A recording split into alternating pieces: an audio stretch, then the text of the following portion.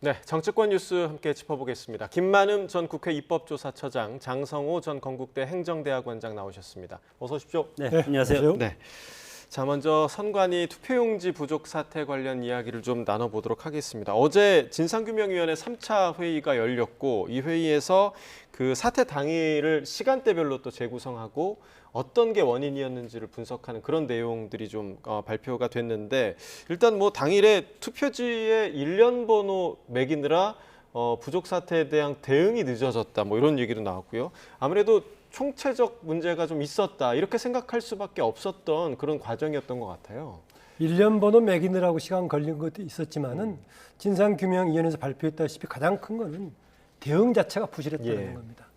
심지어는 상급 위원회하고 하급 조직하고 연결도 안 됐다는 겁니다. 그래서 애초에 50%를 기준으로 했던 것 자체가 문제일 뿐만이 아니라 그 이후로 대처할 수 없는 상황 아니었습니까? 그래서 일련 번호 문제도 있었지만은 대응 자체가 부실했다. 작동이 안 됐다라는 거고요. 그리고 심지어는 송파의 경우에는 잘했다면은 이쪽 저쪽 지역에 남는 것들 재분배했다면은 가동한 여력도 있었다는 거 아니겠습니까? 그래서 어느 부분의 문제가 아니라 근본적으로 선관위 조직 자체가 작동하지 않는 위원회였다라고 볼 수 있겠습니다. 예.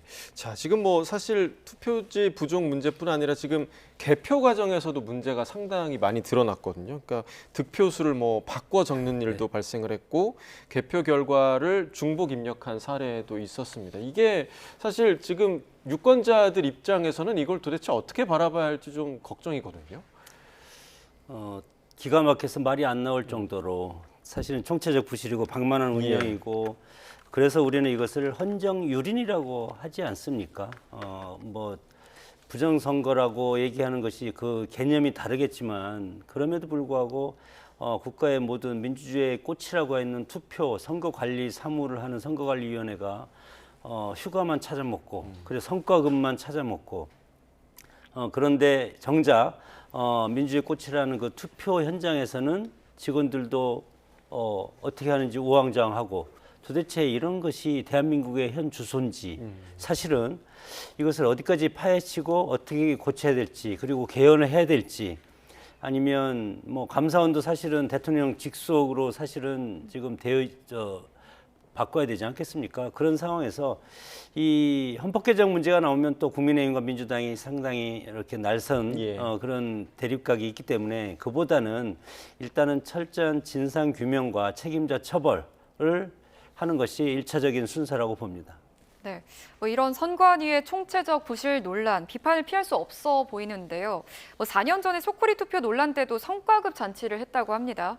뭐 아무리 독립된 헌법기관이라지만 선관위가 좀 방만했던 거 아닐까 싶거든요. 네, 성과급에 또 선거가 있는 기간 동안 휴직이 많아지는 여러 가지 문제가 있었죠. 조금 전에 근본적인 문제 해결을 위해서 장 교수께서 이제 개헌까지 포함해서 얘기했는데요. 개헌도 포함할 수 있지만은 개헌 아니고도 충분히 해결이 가능하다. 우리가 흔히 그 선관위를 두고 헌법상의 독립기관 얘기하는데 행정부처에 넣지 않은 것은 뭔가 중립성을 강조하느라고 넣지 않았을 뿐이지 헌법 조문에 규제를 받지 않는다는 조문이 없는 겁니다. 나머지 직무 범위라든가 조직에 관해서는 선관위법으로 규정하도록 돼 있기 때문에 저는 선관위법의 개정을 통해서 상당 부분을 시정할 수 있다라고 봅니다. 심지어는 지금 대법원장이 비상임으로 해가지고 위원장 맡고 있는 것도 무책임하다고 나오지 않습니까? 선관위법에는 대법관이 맡도록 돼 있는 게 아닙니다. 관례로 그렇게 해왔었죠. 위원 중에서 호선하도록 돼 있습니다. 그렇게 돼 왔기 때문에 선관위법 자체를 엄격하게 재정비한다면 상당 부분 효과를 노릴 수 있을 것이다. 조직관리 부분도 지금 감사원 통제를 받지 않는다. 인사혁신처하고 좀 밀접하게 관계가 없다 이런 얘기하는데요. 그런 관련 부분들을 선관위법에서 잘 조정한다면 충분히 가능하다. 대체로 지금 헌법 조항에서 독립적인 기구로 돼 있기 때문에 그것만 염두에 두고 개헌을 얘기하는데 실제로 좀 따져보면은 선관위법 개정으로도 해결할 과제들이 많이 있다라고 봅니다. 개헌까지 가지 않고 선관위법 개정으로도 충분히 이제 개혁이 가능하다라고 얘기를 해주셨고 지금 뭐 정치권에서는 선관위 해체 관련 구호도 좀 많이 나오는 것 같아요. 특히나 김민석 총리도 상당히 좀 격하게 이야기를 했더라고요. 좀 공감하세요? 김민석 총리는 선관위 해체고 정청래 대표는 특검까지 해야 된다. 그렇게 얘기하고 장동혁 대표는 두 개 다 해야 된다. 그렇게 얘기를 했는데 뭐 일정 부분 뭐 공감하는 부분도 있지만 지금 이런 상황에서 왜 정치권 여당과 야당의 지도자가 그리고 정부의 국무총리라든가 그리고 당 대표 그리고 야당 지도자 이렇게 해서 삼자가 왜 못 만나는지 저는 그것이 지금 이해가 가지 않습니다. 그래서 장동영 대표가 대화하자 이거에 대해서 뭐 그럼에도 불구하고 이제 장동영 대표가 전제력을 하는 것이 재선거 하자고 강력하게 주장하고 있지 않습니까? 그 어떤 뭐 그것이 실질적으로 재선거를 요구하는 건지 아니면 뭐 선언적으로 하는 건지 모르겠지만 그럼에도 불구하고 그 총리와 정청래 대표 여당과 야당 대표가 서로 지금은 만나서 국민들이 불안해하고 있지 않습니까? 내 참정권, 내가 한 투표가 어떻게 되는지 모르고 그리고 내가 한 표가 정말 합산이 됐는지 아니면 사라졌는지 그걸 지금 불분명하게 알고 있지 않습니까? 그렇기 때문에 정치라는 것은 여당과 야당이 현장에 모여서 언론에 비치는 그런 모습으로서 국민들한테 안정감을 주는 그런 것들도 일정 부분 있기 때문에 뭐 대통령까지 포함해서라도 여당과 야당 영수회담 그리고 총리를 비롯한 사자회담이라도 지금이라도 했으면 좋겠다는 생각이 듭니다. 네, 그런데 여야 모두 국정조사 출범에 대해 이견이 없는데 더 나아가서 조사 범위나 뭐 특위 구성 그리고 특검 필요성에 대해서는 입장차가 있는 것 같거든요. 여당에서는 이게 야당이 정치적 공세의 무대로 삼지 않을까 그런 우려를 하고 있는 것 같습니다. 저는 그럼에도 불구하고 이번에는 여당이라든가 정부 쪽에서는 야당이 설령 핵심을 벗어난 정치적인 공세로 확산된다고 하더라도 그걸 받아들일 자세로 가야 된다라는 겁니다. 아다시피 현재 국민의힘은 지금 현재의 이재명 정부뿐만이 아니라 그 이전에도 소수당이어가지고 국정조사라든가 특검을 주도해 본 적이 없어요. 이 문제가 터졌을 경우에는 현재 이번의 경우에는 국정조사의 의제라든가 이후에 특검을 가더라도 이번에는 여당에서 야당의 주장을 상당히 받아들이는 것이 지금 상황에 대한 해법 중에 하나다. 심지어는 그동안에 국민 다수의 공감을 받지 못했음에도 불구하고 야당 일부에서 계속 제기했던 부정선거론 그런 문제도 이번에 깔끔하게 털고 갈 계기지 않느냐 해서 저는 국정조사라든가 특검으로 갈 때 야당의 의견을 상당히 수용한 방향으로 가는 것이 조금 적절하다. 이것은 국정을 주도하는 여권의 입장에서 바람직하다고 봅니다. 심지어는 김윤석 총리가 해체 수준 가자고 했던 거 아니겠습니까? 그 정도라면은 야당의 정치적인 공세가 덧붙인다고 하더라도 적극적으로 수용하는 게 필요하다. 저는 그렇게 봅니다. 네, 아마 그 부분 때문에 이제 청와대에서도 특검 만약에 이제 제안할 경우에 받아들이겠다 한 것 같고 또 말씀이 있으실 것 같은데요.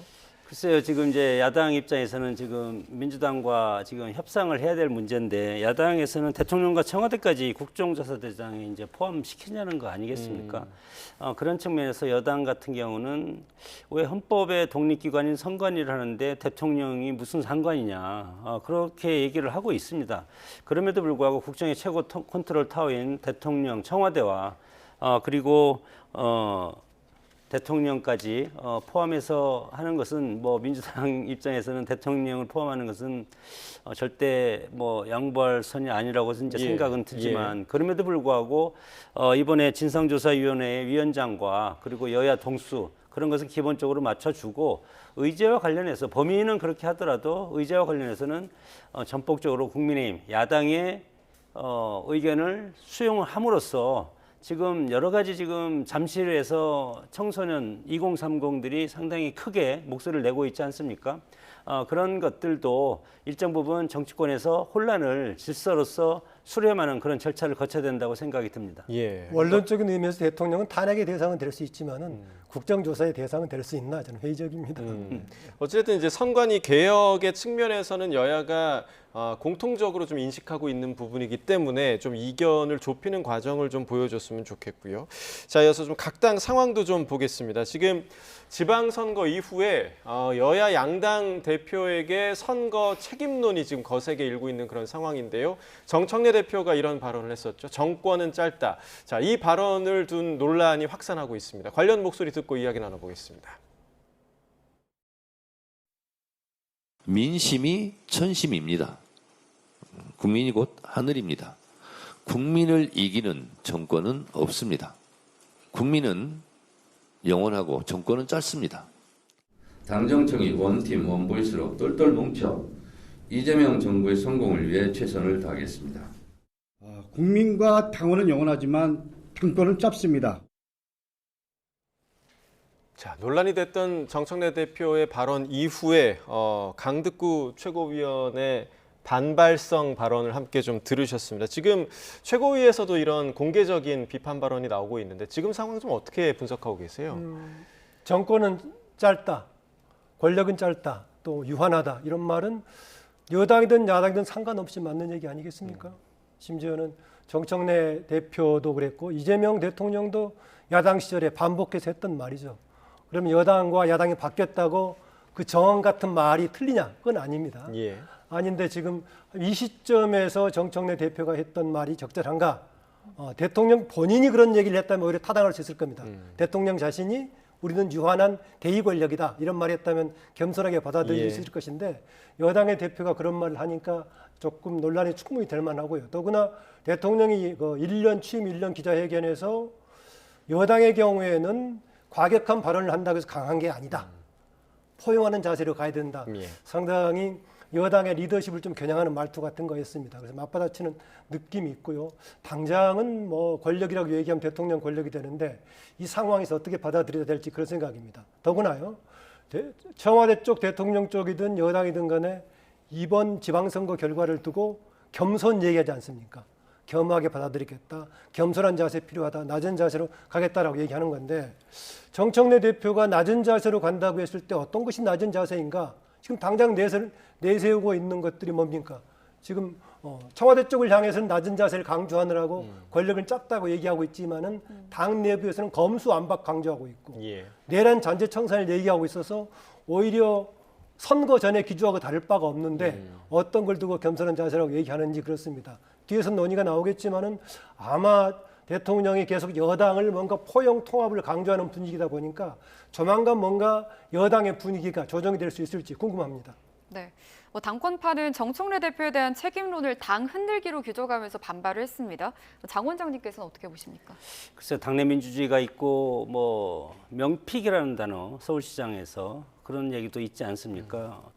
1년 차 되는데 대통령의 힘이 계속 유지될 것인가? 대통령이 어떤 지금 지난번에 이재명 대통령의 분노가 있지 않았습니까? 선거에 대해서 기자회견을 통해서 정청래 대표를 맹 비난하고 그리고 외국에 갈 때 정청래 당대표가 안 나오고 김민석 총리가 대신 나오고 그리고 또한 지지율이 상당히 지금 떨어지지 않았습니까? 그리고 SNS 활동을 대통령이 열심히 하고 뭔가 상당히 불편하고 조급하다. 그런 느낌을 저는 받는데 정치적으로 사실상 정청래 대표의 사퇴 요구를 했다고 봅니다. 그렇기 때문에 정청래 대표는 현재 살아있는 권력과 미래 권력을 도전하는 당대표 간의 정면 충돌이다. 이것이 만약 이번 8월에 민주당 전당대회가 아니라면 그리고 이번 8월 전당대회 대표가 다음 총선 공천권을 쥐는 형국이 되지 않겠습니까? 지난번 총선 때 이재명 대통령 대표가 비명 행사, 친명 횡재 그런 공천을 하지 않았습니까? 마찬가지로 8월에 뽑히는 당대표가 다음 총선 공천권을 쥐고 있고 총선 공천권을 쥐고 있다는 것은 차기 대권 주자로 갈 가능성이 상당히 크다는 겁니다. 그렇기 때문에 지금 민주당에서는 살아있는 권력과 도전하는 권력 간의 정면 충돌을 할 수밖에 없는 그런 상황이고 이제 민주당의 경랑은 이제 저는 시작됐다고 보고 과연 그럼에도 불구하고 정청래 의원은 그렇지 않습니까? 대체 불가한 대통령이다. 이렇게 하면서 과하지옥이라는 한자 성어를 쓰면 그렇게 대통령 칭찬하면서도 내면적으로는 도전하는 그런 말을 정권을 짧다 이렇게 저는 했다고 보고 그렇기 때문에 앞으로 민주당이 만약에 8월 달에 정청래 대표가 재선이 된다면 이재명 대통령의 레임덕은 바로 올 가능성도 있다고 봅니다. 자, 민주당의 경랑이 이제 시작이다 이렇게 표현을 해주셨는데 조금 전에 언급해주신 그 대통령의 SNS 오늘도 올라왔거든요. 그 내용을 보니까 여당의 정치적 책임을 강조했고요. 그리고 사익이 아닌 공익을 고민해야 한다 이런 내용의 SNS가 올라왔습니다. 이 메시지를 어떻게 해석해야 할지 어느 정도 가늠은 되거든요. 어떻게 좀 해석하셨어요? 제가 간혹 칼럼에 썼던 내용인데요. 요즘 우리나라 정치는 대의가 없습니다. 카르텔의 권력 투쟁밖에 없는 상황입니다. 대통령이 좀 이 말을 지적했다는 것은 향후 그런 방향으로 가기를 기대하는데요. 지난번에도 그 얘기했었죠. 길준영 기자회견에서 야당과 여당은 다르다. 예. 야당은 강하게 싸우고 견제하는 데 있지만 여당은 뭔가 수용하는 자세야 네. 된다. 일부는 당시에 이제 김용남 전 의원, 김용남 후보를 둘러싼 이제 지원 부족을 두고 지적하는 것처럼 보이기도 했지만은요. 더 확산되다 보니까 근본적으로 여당의 역할을 얘기하고 있는 것 같습니다. 우리가 정치가 극단적으로 갔을 때 전쟁이라는 표현을 쓰는데요. 저는 간혹 최근에 한국 정치가 거의 전쟁 수준이다라고 얘기하고 있습니다. 그런데 공익을 두고 경쟁하고 여당이 포용하는 수준으로 간다면은 그런 상황이 생길 수가 없죠. 그런데요, 이번에 보니까 여당에서도 3대 목표를 앞세우는 사람이 뭘 내세우느냐? 첫 번째가 지금 내란 잔재 세력 청산을 얘기하고 있습니다. 사실상 국민의힘을 향해서 공격용으로 쓸 때가 이제 내란 잔재 세력 아니겠습니까? 그런 상태에서 국민 전체를 대표하는 포용의 방향으로 갈 수 있을지 그런 생각이 듭니다. 그리고 또 하나가 이제 공소 취소 관련 쟁점들인데 이런 정치적인 쟁점들이 크게 걸려 있고 한쪽에서 유언이라고 얘기하고 있고 이런 쟁점이 붙은 상태에서 과연 기존의 여당의 스탠스하고 다르게 갈 수 있을지 만약에 지금 그 방향대로 이재명 대통령이 외국의 순방 중에서 생각을 그대로 관철시키려고 한다면은 제가 방금 얘기했던 그 두 대목에 관해서 여권에서 다시 어떻게 정비할지 말 그대로 김부겸 후보가 얘기했다시피 내란 청산 문제는 사법에 맡겨두고 다른 국민 통합 방향으로 가야 된다. 그 방향으로 갈지 그리고 논란을 불러일으키는 사법 리스크 관련 문제를 다른 순리적인 방향으로 할지 지금처럼 특검법을 관철시키는 방향으로 갈지 이런 대목에서 실질적으로 좀 판가름 날 거라고 봅니다. 네, 이렇게 비판이 거센 와중에도 정청래 대표가 연임 도전을 할 거라는 분석이 나오고 있습니다. 최근에 딴지일보 게시판에 글을 올리기도 했고요. 또 호남 일정도 계속해서 늘리고 있는 상황인데 텃밭 다지기라고 볼 수 있을까요, 장 원장님? 당연하죠. 정청래 대표가 재선을 하기 위해서는 호남 표심을 가져오지 않으면 상당히 어렵다고 생각이 들고 도전하는 입장에서 어떻게 보면 지금 대통령이 김민석 총리를 당 대표로 그렇기 때문에 총리 후보자를 지금 지명하지 않았습니까? 이런 상황에서 정청래 현 대표와 그리고 김민석 총리와 일대 격돌이 일어날 가능성이 상당히 크기 때문에 진검승부가 일어날 수밖에 없습니다. 그런 차원에서 현 집권 세력은 보수화되어 있지 않습니까? 통상적으로 지키는 쪽이 보수화되어 있고 그렇기 때문에 공격보다도 수비에 치중할 수밖에 없는 것이고 정청래 대표는 현직 대표고 기득권을 누리지만 그럼에도 불구하고 지금 대통령과 어떤 삐걱거리는 그런 모습을 봤을 때 선명 야당 선명 야당이 아니고 선명한 어떤 정책 노선과 비전, 목표 이런 것을 가져갈 수밖에 없기 때문에 1인 1표제하고 그리고 보안 수사권에 대해서 완전히 폐지하겠다고 하는 것은 선명성을 가지고 가는 겁니다. 그래야만이 진성당원 그리고 호남을 비롯한 호남 표심을 가져올 수 있다고 보는 거기 때문에 통상적으로 도전하는 자가 선명한 정책이라든가 이념, 비전 이런 걸 가지고 하는 경향이 상당히 크다. 그런 차원에서 봤을 때 현재로서는 김민석 후보가 지지율이 약간 높게 나오지만 정작 8월 본선에 가서는 정말 어떻게 될지 박빙의 승부가 될 가능성이 상당히 크다고 생각이 듭니다. 예, 사실 이번 지방선거 이전부터 그러니까 지방선거에 포커스가 맞춰지는 것보다는 이후에 있을 이제 전당대회가 진흙탕 싸움이 될 것이다 이런 전망이 상당히 좀 많았는데 민주당의 이후 당권에 대해서 좀 어떻게 좀 전망을 하십니까? 그랬죠. 지방선거 전부터 그런 문제가 제기됐죠. 심지어는 조국 혁신당과의 통합 문제도 이후에 권력투쟁의 맥락에 해석되기도 해서 이제 무산이 된 케이스인데요. 그래서 호남의 주요 지역을 너무 자기 텃밭 따지기로 하다 보니까 거기만 집중하다가 다른 지역에 놓쳤다 이런 비난들도 정청래 대표를 향해서 나오고 있던 거 아니겠습니까? 또 논란에도 전북지사 문제를 비롯해가지고 그 지역에서 가장 컸던 거고 그래서 하여튼 겨냥하긴 할 겁니다. 그래서 지금 본인이 지방선거에서 목표보다는 미달했던 것에 대한 원인에 대한 분석과 지금 행보가 좀 다른 케이스죠.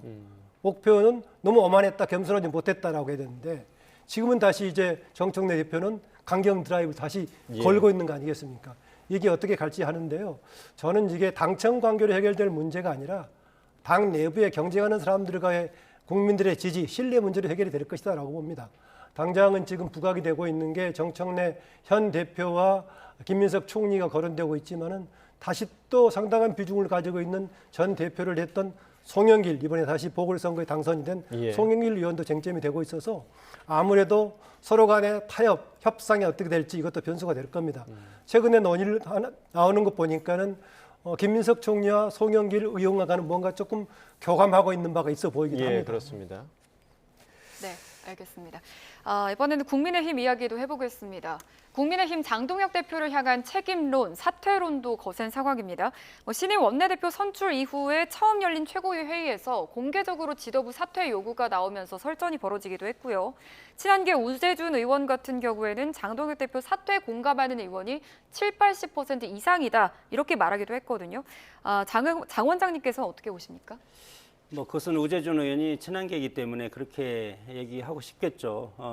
그러나 당내에서 소리 없는 많은 다수도 있다고 생각이 들어서 어느 일방의 주장을 뭐 우리가 100% 신뢰할 수는 없다고 생각이 듭니다.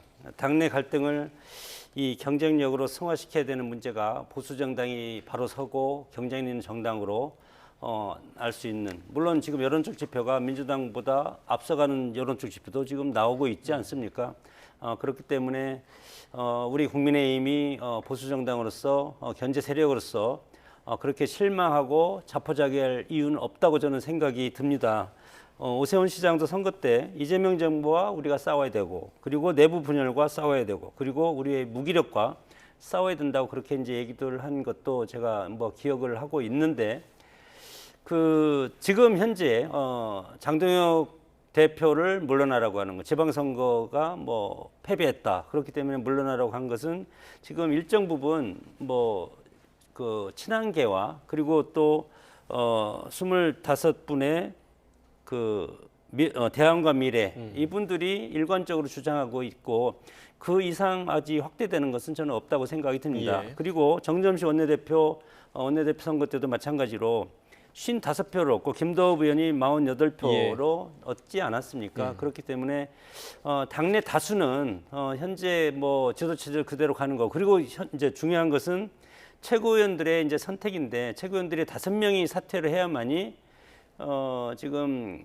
최고위 지도부가 이제 붕괴가 되는데, 제가 보기에는 투표지 문제가 상당히 크다고 생각이 듭니다. 그래서 대표 사퇴보다도 투표지 문제로 지금 이슈가 전환되고 있는 그런 상황이기 때문에 시간은 그렇게 쉽게 지도부가 무너지거나 그럴 상황은 저는 아니지 않을까 생각이 듭니다. 예, 그 최고위의 그 갈등이 폭발했던 장면은 좀 어떻게 보셨습니까? 그러니까 조광한 최고와 우재준 최고 간의 일종의 좀 설전, 뭐랄까요? 좀 이게 이제 표면화돼도 되는 건가 싶은 그런 장면이 언론에 포착이 됐는데 그 부분 좀 어떻게 보셨어요? 뭐 저도 국민의힘 소속이지만 상당히 안타깝게 생각하고 본인들도 뭐 사석에서는 상당히 미안하다 그런 취지로 뭐 얘기하는 것을 제가 이제 듣기도 했는데, 우재준 최고위원이 최고위원 하기 전에 비공개회의를 먼저 한답니다. 사전 회의를. 그런데 김문수 최고가 그날도 얘기를 이제 했지만 사전에 와서 그런 얘기를 충분히 할 수가 있는데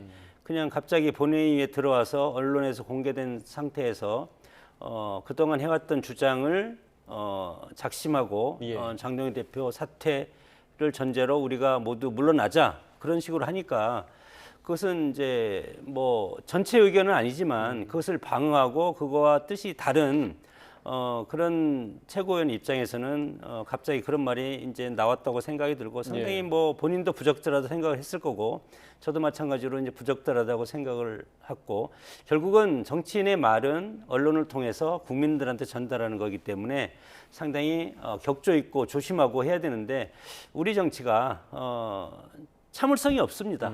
그리고 지금 국민의힘의 이런 내용이 친한계와의 당권파의 갈등, 이것이 상당히 오래 지속되었고 이번 지방선거 내내 이 문제가 있었고 지방선거 끝나고 지금도 이런 문제가 발생하고 있고, 앞으로 이것이 다음 대선 주자가 결정될 때까지 이 상황이 저는 계속되리라고 생각이 드는데, 그렇기 때문에 일정 부분 이것은 뭐 우리 유권자라든가 국민들도 당의 내부적인 어떤 권력 투쟁이라든가 권력 갈등적인 측면에서 봐줬으면 좋겠고, 그리고 민주당과의 어떤 선명 야당으로서의 대여 투쟁을 할 때는 정말 똘똘 뭉쳐서 보수 정당인 국민의힘이 최선을 다하겠다는 그런 말씀을 드립니다. 장동혁 대표가 참 특이한 분이긴 합니다. 역대 우리나라 선거에서 지도부 나타나지 말라고 한 선거가 있었던 거예요. 우리 지역에 와달라고 했었는데 예. 이번에 다수의 지역에서 그런 게 있었던 것 같고요. 최근에 장동혁 대표가 얘기한 지금 가장 중요한 것은 투표용지 부족 사태에 대한 대응이다. 그 말 맞아요. 그런데 투표용지 부족 사태에 대한 문제가 제대로 부각되기 위해서는 장 대표가 나서는 게 도움이 될까요? 나서지 않는 게 도움이 될까요? 아다시피 대중의 저항이라든가 문제 제기는 어떤 사람이 그 중심에 서느냐에 따라서 대중의 공감을 얻는 거 아니겠습니까? 그 점에서 봤을 때 장동혁 대표가 그 집회의 중심에 선다고 하면은 국민의 공감이 확산되겠습니까? 특정 세력이 간다고 하겠습니까? 저는 그런 점에서는 장동혁 대표가 스스로를 좀 파악할 필요가 있다. 늘 얘기하면은 장 대표는 동문서답을 하거나 뭔가 전제를 뒤바꿔서 얘기해요. 지난번 선거 한참인데 미국 갔을 때 왜 갔느냐 하니까 지방선거 승리가 목표다라고 얘기하고요. 네. 이번에도 지금 투표 부족 사태가 쟁점이면 그게 어떻게 쟁점을 시켰을 때 과연 문제 제기가 제대로 될 것인가 이 문제를 제기하는데, 그러니까 자기 진퇴 문제 거론하지 말라 그런 식입니다. 아다시피 최근에 오늘 아까 리포트 앞에서 나왔습니다마는 초반에 그 올림픽 공원에서 나왔던 항의 집회들이 예전에 태극기 부대하고는 다른 양상을 보이지 않았습니까? 네. 2030들이 뭔가 지금 그동안에 잘난 척하던 정부라든가 권력이 이런 황당한 일을 벌였다 해서 거기에 대한 분노가 표출됐는데, 최근에 와서는 부정선거론자들라든가 태극기 부대가 앞장서면서 잘못하면은 이 사안 자체도 뭔가 변질되어 버리거나 물타게 되어버릴 우려가 있습니다. 그런 점에서는 장 대표가 정말 이 투표용지 부족 사태라든가 선관위 문제를 제대로 하려고 한다면은 본인이 어떤 포지션을 지키는 게 바람직한가 다시 한번 판단해 보길 주문합니다. 근데 이런 뭐 투표지 사태는 상당히 엄중하고 위중하고 헌법적인 문제지 않습니까? 그리고 국회적인 문제고, 대통령은 국민이 위임해 준 권력자고, 그리고 당 대표는 당원들이 위임해 준 권력자입니다. 현재 지도부가 살아 있고, 그리고 그 중심에 장동혁 당 대표가 있기 때문에 지도부가 붕괴되거나 과거처럼 그러면 한동훈 대표도 혼자 남았기 때문에 사퇴한 건 아니겠습니까? 그러나 최고위원들이 지금 한 명도 사퇴한 사람이 없습니다. 그 상태에서 이 중대한 투표지 문제와 관련된 국가적인 사태, 헌법적인 사태에서 당대표가 숨어 있는다. 그러면 그것이 국민의힘 도리고 정치인이고 정치인이겠습니까?